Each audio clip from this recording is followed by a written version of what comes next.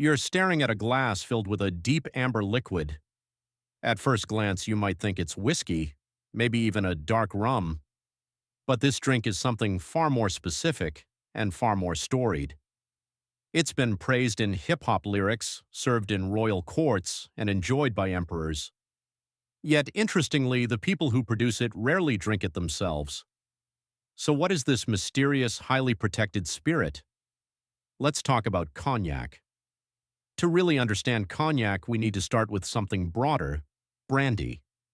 There's a classic rule you've probably heard: every cognac is brandy, but not every brandy is cognac.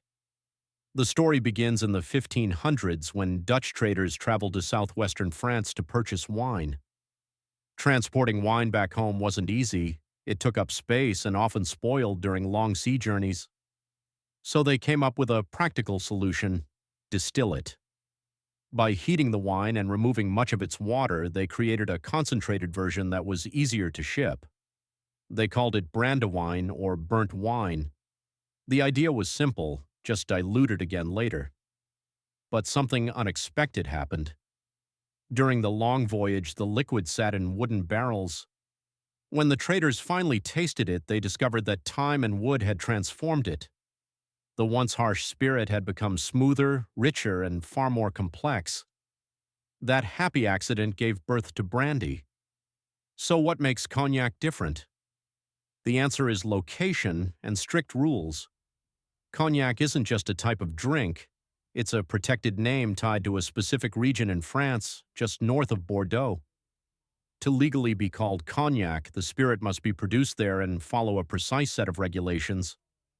It starts with the grapes. Nearly all cognac is made from a white grape called Ugni Blanc. On its own, it produces a sharp, acidic wine that's not particularly enjoyable to drink, but that same acidity makes it ideal for distillation.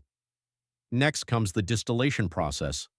The wine must be distilled twice in traditional copper pot stills. Even timing is regulated. Distillation must be completed by March 31st following the harvest. After distillation, the spirit is aged in barrels made from specific types of French oak, and this is where things get poetic.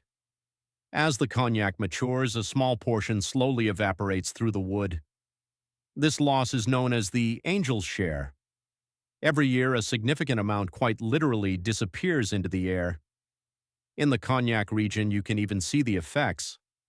A dark fungus grows on nearby buildings, feeding on the evaporated alcohol, almost like a natural sign that something is aging inside. And here's the twist. Despite its reputation as a symbol of French luxury, most cognac never stays in France.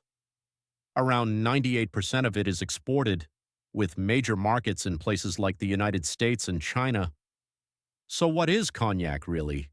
It's a spirit born from necessity, shaped by strict tradition and refined by time.